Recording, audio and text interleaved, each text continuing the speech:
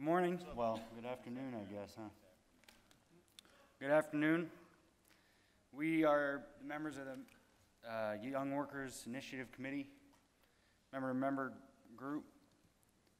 My name is Matt Koch, Local 107. We have Clint Carson, 102G, Ryan Meadows, 175, and Jason Colwell, 223.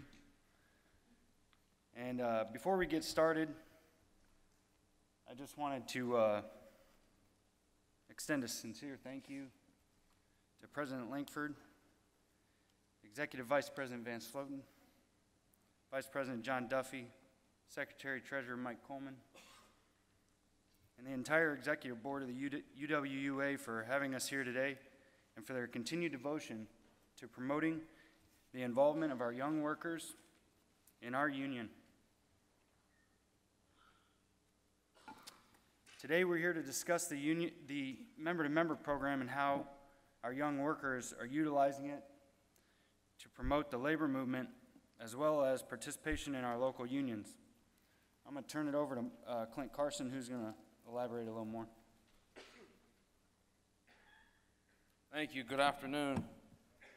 What we're talking about is mentoring, member-to-member, educating our younger members, including our senior or more seasoned members, but also including and educating our nation as well. Let me use me as an example for beginning to start this off. My great-grandfather helped start a union. My grandfather was a union rep. My dad was a union rep. I now am a union rep. I'm a vice president of Local 102G.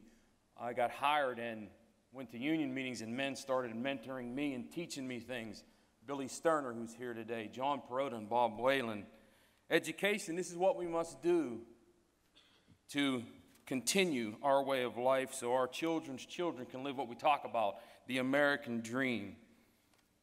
We need to teach member to member our future and where we're going, but also teach them our past. For instance, in the mid-50s, union density was at its highest at 36%. Today, we're at less than 15%. I honestly can say that we are an endangered species or an endangered group of people, if you will, and the hunt is on for total extermination of organized labor, fueled by corporate greed and absolute power ruling over common decency and common sense. Believe me when I tell you, I've said it many times before, and if you don't understand this term, see me afterwards and I'll explain it, but the company store is coming back. Non-union work is coming back if we don't make a change. Corporations like the Koch brothers and all union busters, they've underestimated us. And they've underestimated our will to continue to fighting and educating our members to achieve the belief in working for something better and earning something better. America has forgotten the importance of the utility workers. Let me extrapolate on that, if you will. Any courthouse you go to, any corporate building you go to, if the water doesn't flow, if the gas doesn't flow, and the lights go out, they shut it down and close. These corporations have a direct and deliberate approach of segregating generational gaps to cause dissension among union workforce. That has come true today. They also have underestimated that the working class people, no matter what age, will ultimately persevere. That's what union workers do. We're winners. We came to win, and we will win.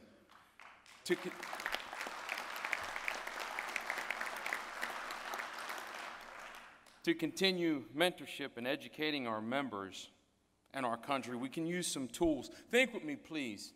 Everyone has this, but just think. 50, 60, 70 years ago, if the people who started this to get us what we have today had the ability to reach thousands, if not millions of people with one click of a button, they would have embraced this. That's my opinion. That's my belief. And I have to believe that our numbers would have exceeded 36%. I can go further and say maybe, I'm not sure, but maybe the blood that was spilled to get us what we have, this could have prevented this. We need to embrace this as well.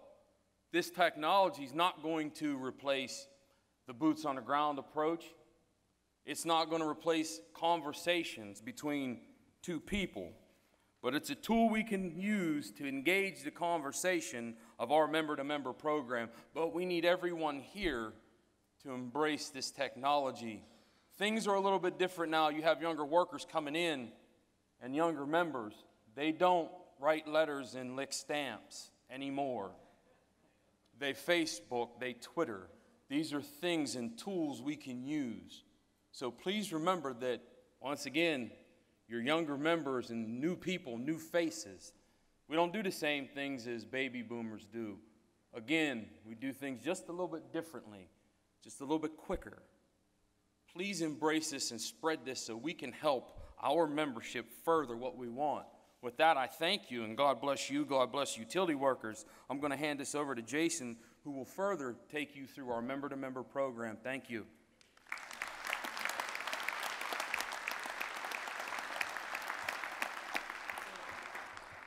Thank you. We don't process information the same way the baby boomers do. We don't hang around pizza parlors. We don't hang around the union hall. Yet we crave instant information. And we'd like to learn from you, the experienced and seasoned labor veterans, on your experiences and your knowledge. Give us a chance. Be patient with us. Educate us. It won't necessarily be easy, but the potential dividends it can pay off are immeasurable. Once the baby boomer generation shares their knowledge of labor and how important it is and how critical it is to keep that fight going, the young workers will spread that knowledge like wildfire. This is where today's young workers come in. The young workers in our utilities today have the knowledge and are experts. They are hardworking individuals with a burning desire to get involved in our local, state, and national unions. And they have that something to share. That something is ambition with a strong willingness to learn the ways of the members as well as a few new tricks. If you ask a young worker to go out and tell everybody he knows something very important, or she, what do you think they'll do? The first thing they're going to do is probably go straight to text message, Facebook, Twitter, and the list goes on. They are excellent at getting the word out, and let's face it, the antis are using social media every day to insert false beliefs about how bad unions are. They have a new point of view and fresh ideas. We as a union have to engage these young workers, encourage them to get involved by attending meetings, becoming stewards, as well as joining committees. We have to give them responsibilities and educate them on the history of the union. They need to know how our union came to be and how we are to keep our union strong so that their kids can have the same rights to collective bargaining as we do. We as members of the Young Worker Initiative Committee have made a commitment to member other young workers in our respective locals. By engaging our young workers, educating all workers, and improving the perception of the union, we can and we will turn the tide against this war on the working middle class. Thank you. Turn it over to Ryan Meadows. Hello, everyone. We met face-to-face for the first time in February. I was afraid of what direction our unions might be heading until I met these fine brothers and sisters that's willing to stand up and stand together and fight the same fight. It gave me a spark and made me realize that we are a part of a movement that is special. From that meeting, we took energy back and commitments to our locals. Here are some of those examples. New York Local 1-2 and Young Workers Governing Chair Sharon Griffith has committed to mentoring 5 people. Their hard work is paid off by having more than 50 commitments to young workers in their local.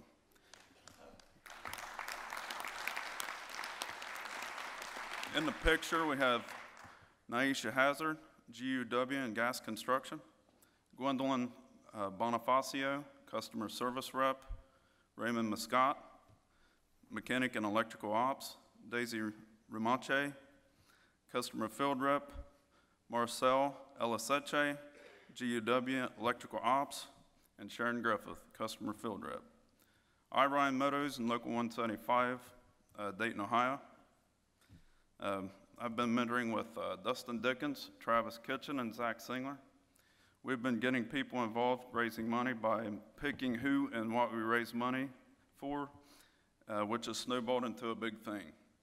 The mentees and I discuss what we need to do to change our union members and our community's perception of the unions. We have recently elected 2 chairs of the Young Workers groups, Andrew Salinas, Killen Station, and Zach Martin, Stewart Station.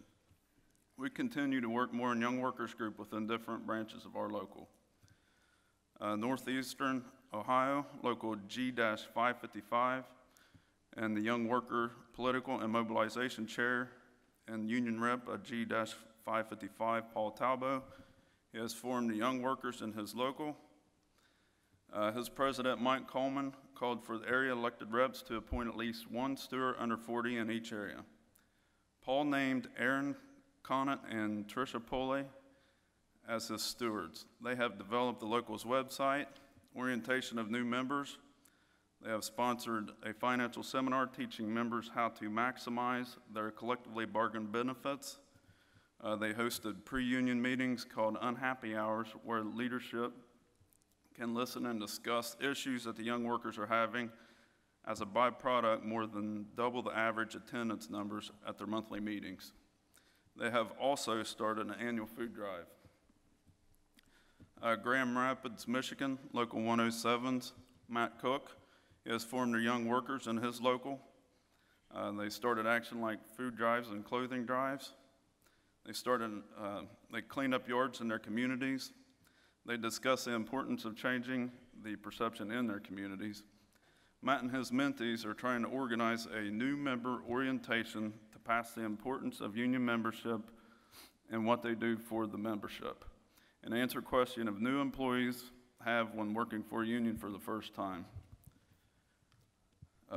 Pictured are Missy Bateman, VCC, and Kel Robinson, Journeyman Electric Lines. Last but not least, we have California Local 132's Jessica Evans, Steve Lucero, and Eric Hoffman. They are mentoring Justin Dotson, Nicole Green, and Mike Garcia. They are working hard to form a local's Young Workers group and working on opening communications between their members and focusing on young workers. These are things that just a handful of us have done in our locals.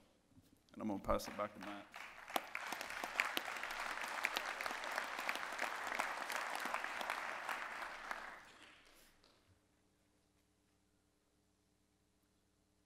So, like you said, this is just a small sampling of what's going on with our member-to-member program with young workers across our country. And by committing ourselves to communicating with other members, young and seasoned, we can reach the masses. The reality is becoming quite apparent. The elections in 2016 are coming quickly, and frankly, we need a home run. We need to stand up for ourselves, our livelihood, and our rights as American workers. No one is going to do it for us. So we need to talk with our membership, continue to build strong relationships with them, young and old. If we don't show up at the polls with a strong sense of who we are and heavy numbers, we may not have to worry about the member-to-member program. Because quite frankly, they very well could legislate the right to organize right away from us. Who better, I ask you, than to start this communication with our very own young workers? Who better than us, the young workers ourselves? We'd like to challenge everyone in attendance today, go back to your locals, find some young workers, ones that are not normally involved, and reach out to them. Teach them, utilize their knowledge, and give them some of your own. These young people are the future, and we need them all. Thank you very much for your time.